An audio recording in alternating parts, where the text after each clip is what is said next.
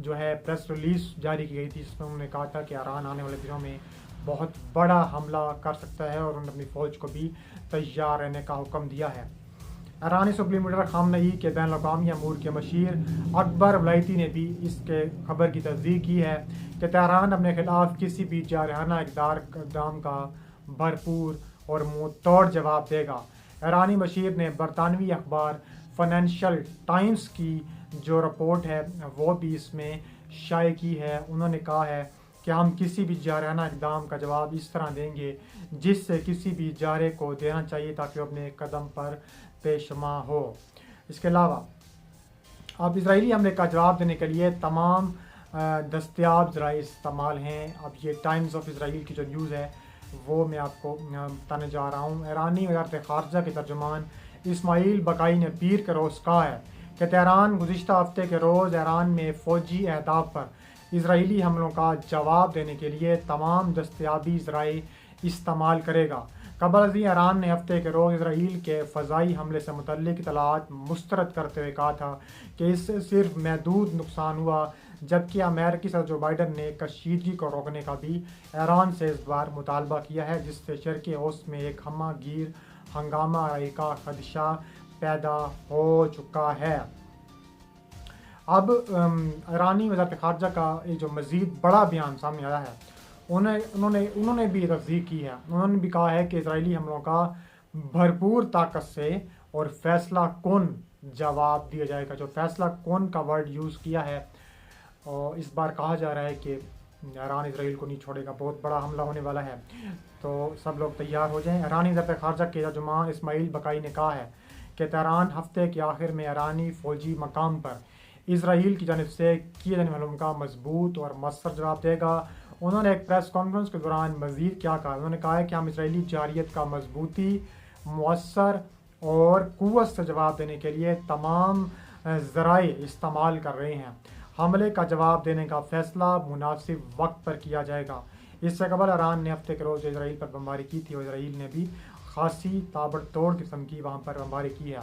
اب یہ جو خبریں ہیں آ رہی ہیں کہ ایران جلد سے جلد حملہ کرنے والا ہے، ان خبروں کے بیچ امریکہ بیچ میں کود گئے ہیں۔ امریکہ کی جانب سے بھی ایک بڑا بیان سامنے ہے۔ انہوں نے کہا کہ اسرائیل پر ایران نے جواباً بڑا حملہ کیا تو ایران کو سخت نتائج بھگتنے پڑیں گے۔ یہ امریکی دھمکی سامنے آئی ہے سلامتی کونسل میں۔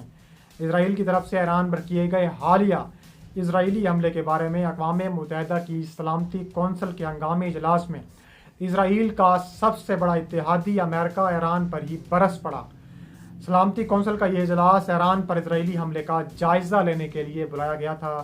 ایران نے اقوام متحدہ سے درخواست کی تھی کہ فوری طور پر اجلاس پر آئے اور اسرائیل کے ایران پر حملے کی مذمت کی جائے۔ تاہم اس اجلاس کے انعقاد کے بعد امریکہ کی طرف سے ایران کو واضح اور دو ٹوک الفاظ میں کہا گیا ہے کہ اگر ایران نے اسرائیل پر جواباً حملہ کرنے کی کوشش کی تو امریکہ بیچ میں آئے گا۔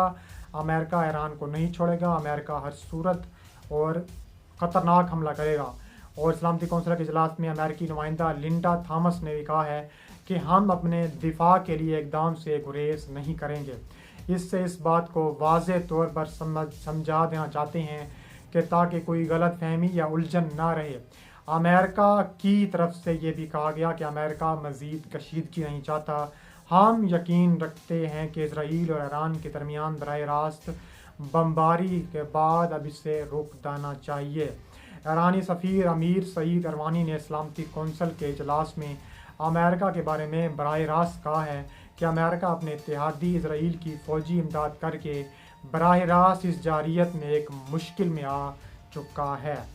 اس کے علاوہ ایک چھوٹی سی جو نیوز ہے، اس پہ بیچ ایک چھوٹی سی نیوز سامنے آ رہی ہے کہ جو عبرانی زبان کا ٹویٹر اکاؤنٹ تھا خامنئی کا، جو ایرانی لیڈر ہیں، ان کا وہ ٹویٹر اکاؤنٹ اسرائیل کے جو فین ہیں، جو ٹویٹر اکاؤنٹ کے مالک ہیں، انہوں نے یہ بلاک کر دیا ہے اور کہا جا رہا ہے کہ انہوں نے کہا ہے کہ جو مزید خامنئی کے اکاؤنٹ بنیں گے ہم ان کو بھی بلاک، پہلے ان کا انگلش اکاؤنٹ ایک بلاک کیا ہے، لیکن اب کہا جا رہا ہے کہ ان کا عبرانی زبان کا جو اکاؤنٹ ہے وہ بھی اڑا دیا گیا ہے۔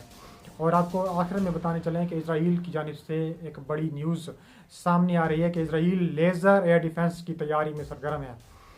اسرائیل نے آئرن بیم سسٹم کو ترقی کے تیز کرنے کے لیے $530 ملین مختص کر لیے ہیں۔ اسرائیل نے بجٹ بھی پیش کر دیا ہے۔ اسرائیلی وزارت دفاع نے آئرن بیم کے نام سے معروف لیزر ایئر ڈیفنس سسٹم کی ترقی کو تیز کرنے کے لیے $530 ملین مختص کرنے کا اعلان کیا ہے۔ وزارت دفاع نے ایک بیان میں کہا ہے کہ اس نے لیزر انٹرسیپشن سسٹم کی خریداری کے دائرہ کار کو نمایاں طور پر وسیع کرنے کے لیے تقریباً $2 بلین مالیت کے ایک بڑے معاہدے پر دستخط کیے ہیں۔ خیال کیا جاتا ہے کہ یہ نظام فوج کو ڈرونز کو زیادہ مؤثر طریقے سے روکنے کی سہولت دے گا، خاص طور پر وہ ڈرونز جو غزہ کی پٹی میں جنگ کے بعد سے اسرائیل کی طرف حزب اللہ نے داغنا شروع کیے ہیں۔ آئرن بیم اسرائیل کی دیگر فضائی دفاعی صلاحیتوں کی تکمیل کرے گا، اور کہا جا رہا ہے کہ تمام میزائلوں کو روکنے سے قاصر رہنے والا یہ سسٹم اب شہریوں اور فوجیوں کی ہلاکت میں بھی ایک بڑا عمل جو ہے وہ اس میں پیش آئے گا۔ اس کے علاوہ وزارت دفاع کے ڈائریکٹر جنرل ایال ازمیر نے ایک بیان میں کہا ہے کہ انہیں امید ہے کہ نیا نظام 1 سال کے اندر سروس میں داخل ہو جائے گا، اور رافیل ایڈوانس ڈیفنس سسٹم اسرائیل کا قومی دفاعی تحقیق اور ترقی کا بازو سمجھا جاتا ہے۔ ستمبر کے آخر میں اسرائیل نے اعلان کیا تھا کہ غزہ کی پٹی میں حماس اور لبنان میں حزب اللہ کے ساتھ جنگ کے دوران اسرائیلی فوجی کارروائی کی مدد کے لیے $8.7 بلین کا ایک نیا امدادی فوجی پیکج وہ ملا ہے۔ وزارت دفاع کے مطابق کل رقم میں سے $5.2 بلین فضائی دفاعی نظام کو بہتر بنانے کے لیے مختص کیے گئے ہیں، جس میں ایک جدید ترین انتہائی طاقتور لیزر دفاعی نظام کی مسلسل ترقی شامل ہے، جو اس وقت اپ گریڈنگ کے آخری مراحل میں ہے۔ اس کے علاوہ 2021 میں ٹیسٹ کرنے کے بعد وزارت دفاع نے ایک ویڈیو کلپ شیئر کیا تھا جس میں ایک چھوٹے طیارے کی پشت پر ایک لیزر سسٹم دکھایا گیا، جس میں توانائی کے شعور کو تجرباتی ڈرون کی طرف لے جایا جاتا ہے، جس کی وجہ سے اس میں آگ لگ جاتی ہے۔ اسرائیل کے دفاع میں کثیر لہروں میں والا میزائل شیلڈ موجود ہے، اور اس نے 1 اکتوبر کو اسرائیل پر حملے کے دوران ایران کی طرف سے داغے گئے میزائلوں کی ایک بڑی تعداد کو بھی روکا تھا۔ تو دوستوں، آج تک لیے اتنا ہی۔ مزید ویڈیوز کے لیے دیکھتے رہیے ہمارا چینل۔ ملتے ہیں نیکسٹ ویڈیو میں۔ اللہ حافظ۔